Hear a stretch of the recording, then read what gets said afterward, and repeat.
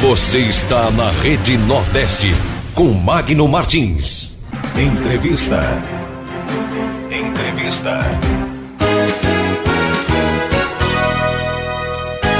Bom, minha gente, agora na Rede Nordeste de Rádio, prazer de conversar com o senador Álvaro Dias, que é o líder do Podemos no Senado. Boa noite, senador. Oi, boa noite, Magno. Esse código eleitoral, meu caro Álvaro Dias, ele veio para engessar uma possível candidatura do ex-juiz Sérgio Moro? Olha, isso seria até de menos, não é? Se fosse uma única pessoa atingida por uma inconstitucionalidade ou por uma irregularidade ou por uma malvadeza. Mas, na verdade, é o país que é atingido, não é? Nós devemos uma reforma política há décadas. Fala-se em reforma política e ela nunca acontece. Porque, na verdade, prevalece sempre o corporativismo e nós temos uma colcha de retalhos. Então, de quando em vez, especialmente na antivéspera de uma eleição, se apresenta um remendo à colcha de retalhos. E nós continuamos sem um modelo político compatível com as exigências do país. Neste caso, quando se proíbe juízes, procuradores e outros, né, de disputar a eleição, subtrai-se um direito de todos os eleitores do país. Eles são eleitores e é uma medida inconstitucional, absurdamente inconstitucional. Qualquer estudante de direito sabe que é inconstitucional, porque a questão da inelegibilidade está na Constituição e não se altera com esse código, evidentemente. Então é uma afronta a todos. Isso, existem outras medidas adotadas e que significam retrocesso.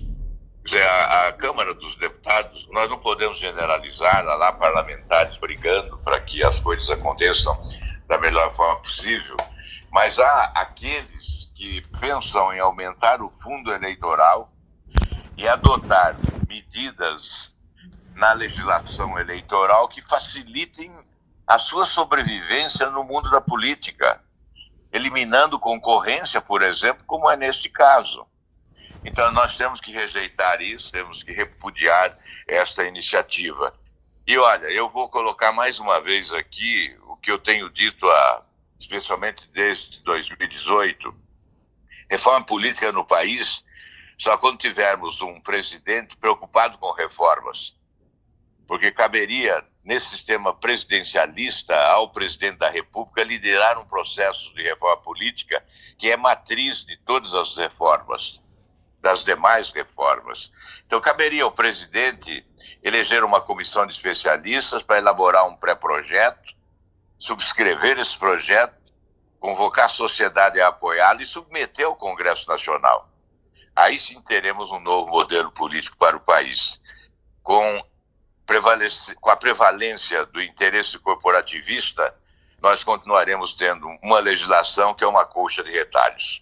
Se eu falar em colcha de retalhos, senador Álvaro Dias, deixa eu aproveitar sobre a matéria já aprovada na Câmara dos Deputados da volta das coligações partidárias, já que estamos falando de reforma eleitoral.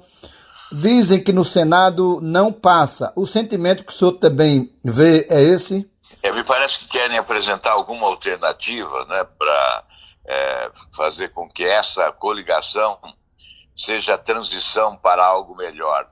Enfim, na verdade, é uma inversão de prioridades, né, porque nós deveríamos, primeiramente, construir partidos para depois legislar sobre eles. E nós não temos partidos. Então, quando nós falamos em volta das coligações na eleição proporcional, nós estamos falando em coligar siglas que registram candidaturas e não partidos políticos. Por isso é essa parafernália do pensamento político brasileiro, né? Reúnem-se gregos, troianos e otomanos numa mesma coligação. E o eleitor vota em um cidadão que pensa de uma forma e acaba elegendo outro que pensa totalmente diferente. Então, fica difícil para o cidadão eleitor entender esse sistema que nos leva a essas incoerências, né? Então, é evidente que A coligação, na proporcional, trabalha contra a existência de partidos de verdade, né? Agora, o mal é a coligação? Não, o mal é a inexistência de partidos. Nós não fizemos uma legislação para obrigar que existam partidos de verdade. E isso seria tão simples, né? Só impor um rigor maior na cláusula de barreira, e certamente nós eliminaríamos uma boa parte dos partidos representados hoje no parlamento. Nós teríamos, se nós fizéssemos uma cláusula de barreira, por exemplo, de 5% dos votos do país distribuído pelo menos em 9 estados brasileiros, nós teríamos uma redução para 8, 9 partidos apenas representados no Congresso. Aí começaríamos, sim, a viver a vida partidária como se deve, não é? Então, a coligação é, sim, um retrocesso, mas, na verdade, o grande mal não é ela, é a inexistência de partidos políticos. Mas passa no Senado, senador? Pois é difícil passar, eu acho difícil. No entanto, há lá um esforço hoje, né? Presidentes de partidos estão trabalhando, há a tentativa, eu repito, de se apresentar uma fórmula que eu não conheço, não sei qual seria, não é? Que viesse amenizar o desgaste pela aprovação da coligação. Então, é uma situação delicada, porque nós sabemos que há resistências fortes e aqueles que pressionam em razão do interesse localizado. Determinado partido tem esse interesse e parlamentares possuem esse interesse para salvarem os seus mandatos. O senhor vê alguma luz no final do túnel para superar essa crise institucional que o país vive hoje? Nós temos que apostar sempre em eleições, né? E nós não estamos distantes delas. No próximo ano teremos eleições. É preciso administrar esses conflitos. O presidente da República é um gerador nato de conflitos e ele só sobrevive politicamente confrontando. E, obviamente, ele desvia o foco também para justificar os seus erros, os seus desmandos, a sua incompetência. Ele transfere responsabilidades, evidentemente colocando lenha na fogueira, né? Buscando adversários muitas vezes ocultos, idealizando conspirações inexistentes, né? O comunismo é uma presença marcante na vida daqueles que vivem no entorno do presidente da República, como se o comunismo estivesse aí à nossa porta, nos ameaçando diariamente. Então, esse clima que é gerado a partir do Palácio do Planalto é uma conturbação permanente que preocupa, porque a crise vai avançando. É uma crise institucional que alimenta a crise política, que por sua vez realimenta a crise econômica e social. E nós estamos vendo o drama, 19 milhões de brasileiros não se alimentam, mais de 100 milhões se alimentam mal, o desemprego cresce, os preços sobem da carne, do combustível, do óleo, diesel, do gás, da gasolina, sobe o preço da comida, sobe, enfim, as obrigações de cada cidadão no dia a dia e o ganho não sobe. Nós estamos vivendo uma crise de profundidade e há muita irresponsabilidade.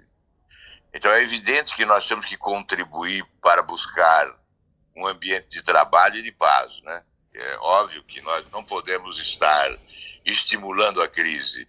E por isso temos que ter esperança, temos que acreditar. Para contribuir na busca da paz, nós temos que acreditar que ela é possível. E esperar as eleições do ano que vem, desejando que o povo brasileiro se inspire melhor para escolher um caminho que nos permita aspirar com avanços, com reformas importantes, com recuperação da economia, com exercício da cidadania na sua plenitude, com segurança jurídica, com estímulo a investimentos geradores de emprego. Então é evidente que nós temos que apostar nessa hipótese, não jogar a toalha. Senador Álvaro Dias, para encerrar, eu gostaria de ouvir uma opinião do senhor sobre essa questão do Alexandre de Moraes. O presidente do Senado ontem, Rodrigo Pacheco, rejeitou o pedido de impeachment dele. Mas eu vi uma declaração do Alessandro Vieira favorável a que se abrisse processo contra ministro do Supremo. Qual a sua opinião? Nós somos favoráveis à mudança desse modelo. Não cabe ao presidente do Senado, no nosso entendimento, ignorar a coletividade. Nós somos um colegiado. Então, caberia sim ao presidente do Senado ouvir o colegiado. Então, é esse o ponto. Eu não conheço essa peça jurídica elaborada pelo presidente da República para opinar sobre a conveniência do impeachment ou não nesse momento. Nós já tivemos oportunidades para impeachment e desejávamos, como desejamos em determinado momento, a instalação da CPI Lava Toga, que foi desmontada pelo presidente da República. Ele que retirou as assinaturas dos seus seguidores, promovendo inclusive o rompimento do saudoso Major Olímpio, da juíza Selma. E depois, quando tínhamos motivos sérios e peças jurídicas bem elaboradas, por Modesto Carvalhosa, por Janaína Pascoal, nós não tivemos a contribuição do presidente do Senado à época, que era parceiro do presidente da República e que seguia a sua orientação política. Então agora o presidente quer, mas ele chega atrasado e chega num momento inoportuno, quando há ataques, sim, ameaças às instituições democráticas. É isso que divide. Mas nós queremos mudar esse modelo. Primeiro, mudar o modelo de escolha dos ministros dos tribunais superiores, né? Substituindo a indicação política por meritocracia. Porque hoje falar em impeachment de ministro é esperar que possa vir um pior, né? Nós já tivemos esse problema recentemente, quando houve a vacância e com a aposentadoria do Celso de Mello, e a substituição não foi boa, porque o voto desequilibrou contra a Operação Lava Jato na segunda turma, o que nos levou a esse terrível impasse de anulação de sentenças, etc., não é? Então, nós queremos a mudança desse modelo, que é substituir esse modelo de indicação política, de apadrinhamento pela meritocracia. Seria eleitos uma lista tríplice, né? Nós teríamos um eleito pela magistratura, outro eleito pelo Ministério Público, outro eleito pela advocacia, e o presidente submeteria ao Senado, obrigatoriamente, um dos três. E aí nós teríamos também a definição da duração do mandato, 8, 10, 12 anos. E em relação ao impeachment, essa mudança, que o presidente do Senado teria que submeter, primeiramente, à mesa, e se a mesa do Senado optasse pela conveniência de propor ao plenário, então nós teríamos a possibilidade de deliberação. Muito bem, aqui na Rede Nordeste de Rádio vimos o líder do Podemos no Senado, o senador Álvaro Dias. Obrigado pela entrevista, um abraço, senador. Obrigado, Magno, um grande abraço. Frente a frente com Magno Martins.